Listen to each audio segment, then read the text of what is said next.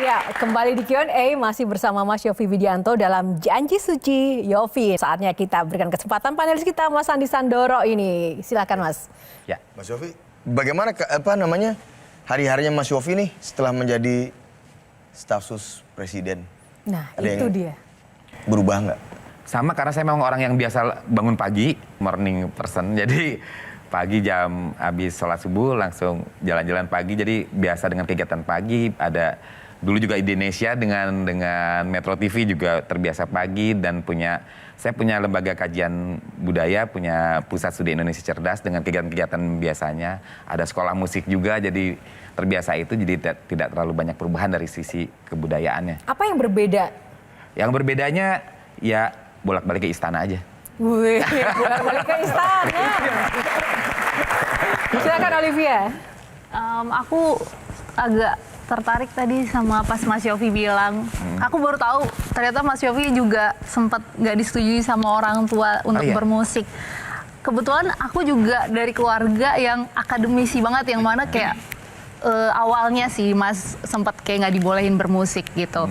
Boleh nggak Mas diceritain dikit gimana sih Mas ceritanya akhirnya bisa meyakinkan orang tua, keluarga meluapkan isi hati Mas Yovie tentang kecintaan sama musik sampai akhirnya bisa ada titik ini. Mungkin banyak teman-teman di sini yang juga cinta banget sama musik tapi kurang didukung sama keluarga gitu. Boleh di-sharing juga. Jadi saya cerita gini, waktu SD itu kebetulan waktu dari kelas 1 SD, kelas 2, kelas 3 itu saya sekolah di Surabaya. Dari pertama kali masuk kelas tuh saya terbiasa jadi apa sih dulu bintang pelajar ya. Ranking 1. Nah pas bagi rapot itu bapak saya itu suka ngantarkan di Surabaya itu senang gitu sama teman-teman itu kalau misalnya ranking 1 ke depan bintang pelajar Yovie Widianto.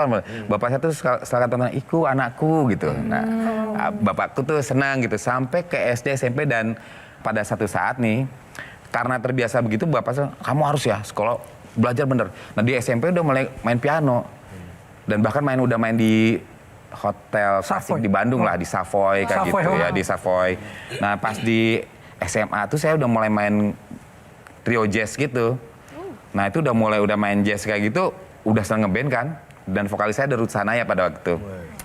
Nah di sana itu saya takut pada satu kelas 1, nih kayaknya raport saya di semester 2 nih bakal turun nih.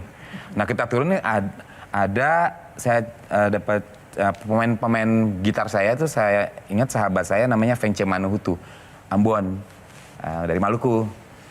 Saya secara sporadis wah nih kalau bapak saya ngambil rapot saya turun saya pasti dimarahin nih. Akhirnya Vence anterin saya ambil rapot. Saya danterin aja saya dibagi rapot ke sekolahannya ke kelas. Terus bu guru saya bilang bu ini saudara saya. Nah langsung Vence, sahabat saya bilang, ini Yovie punya saudara, ini punya pertalian.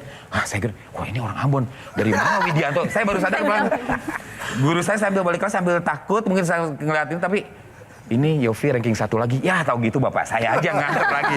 Nah dari situ, terus sampai juga masuk ke kuliah juga, saya tanpa testing dulu PMDK namanya, kalau sekarang MBTN. Penelusuran minat dan... Begitu terus dan saya cuma mencoba membuktikan pada orang tua bisa beriringan gitu. Sampai juga orang tua tuh ketika saya kuliah, saya membuktikan mencoba, akhirnya ketika kuliah itu saya dapat the best composer yang Star Festival di Taipei, juara 1 komposisi tingkat dunia pada waktu itu. Itu masih nggak diyakini sama orang tua. Bapak saya bilang, tuh kamu juara 1 tingkat dunia komposisi juga nggak ada yang tahu di Indonesia. Tuh Yayu Basuki, gitu.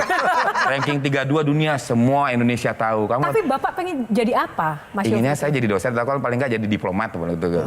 Pokoknya hubungannya sama karena HI itu ya. Enggak, karena jenius dari lahir Kang Maman. Jadi saya nggak ngerti kalau itu. Nah lalu saya bilang ya Pak, pokoknya saya main musik yang bener deh gitu. Nah lama-lama pas di kuliah tuh saya udah mulai punya kendaraan, bisa beli apa, tabungan banyak. Akhirnya ketika saya dapat penghargaan itu, saya inget tuh ibu saya bela-belain. Memang ada berita tuh sedikit di majalah, kalau saya di majalah Hai apa itu ada berita tuh kan ada sedikit. Terus ibu bilang gini, ibu almarhumah bilang, nggak apa-apa Yovie, nggak ada yang tahu juga. Ibu jadi fans pertama kamu yang tahu kamu menang di luar sana. Nah jadi dengan kata-kata ibunda itu saya meyakini bahwa wanita ibu adalah seorang yang layak untuk menjadi inspirasi. Dari situlah lahir lagu Cantik dan sebagainya yang perempuan, cinta adalah satu hal yang layak diagungkan, bukan hanya sekedar cinta sesama manusia. Jadi yang paling berperan untuk kemudian mengubah keadaan di first step itu ada ibu. Ibu yang mempengaruhi semuanya. Ketika sudah kemudian ibu berhasil mengubah segalanya, respon ayah gimana? Akhirnya bapak begitu saya udah lulus, baik ya udahlah, kamu harus bilang gini, kamu harus membuat musik yang bergizi, istilahnya begitu. Nah, ketika ngomong begitu, ketika ayah saya itu almarhum ayah saya itu stroke, sakit. Nah, lagu saya mulai hits di radio-radio, lihat tuh ada cerita cinta, dia menitikkan air mata pas sakit itu. Kalau saya spesifik setiap lagu yang saya lahirkan begitu berhasil pasti saya ingat ayah saya. Apa yang belum sempat ditunjukkan ke ayah?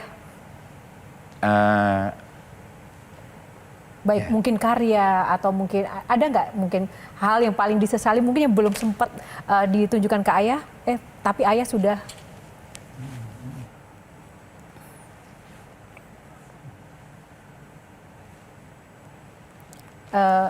belum sempat tersampaikan. Membuktikan pada ayah saya bahwa ada idealisme yang saya coba pertahankan buat bapak, bahwa bermusik dengan baik itu Dan bergizi. iya. Tepuk tangan. Terima kasih. Jelajahi cara baru mendapatkan informasi. Download Metro TV Extend sekarang.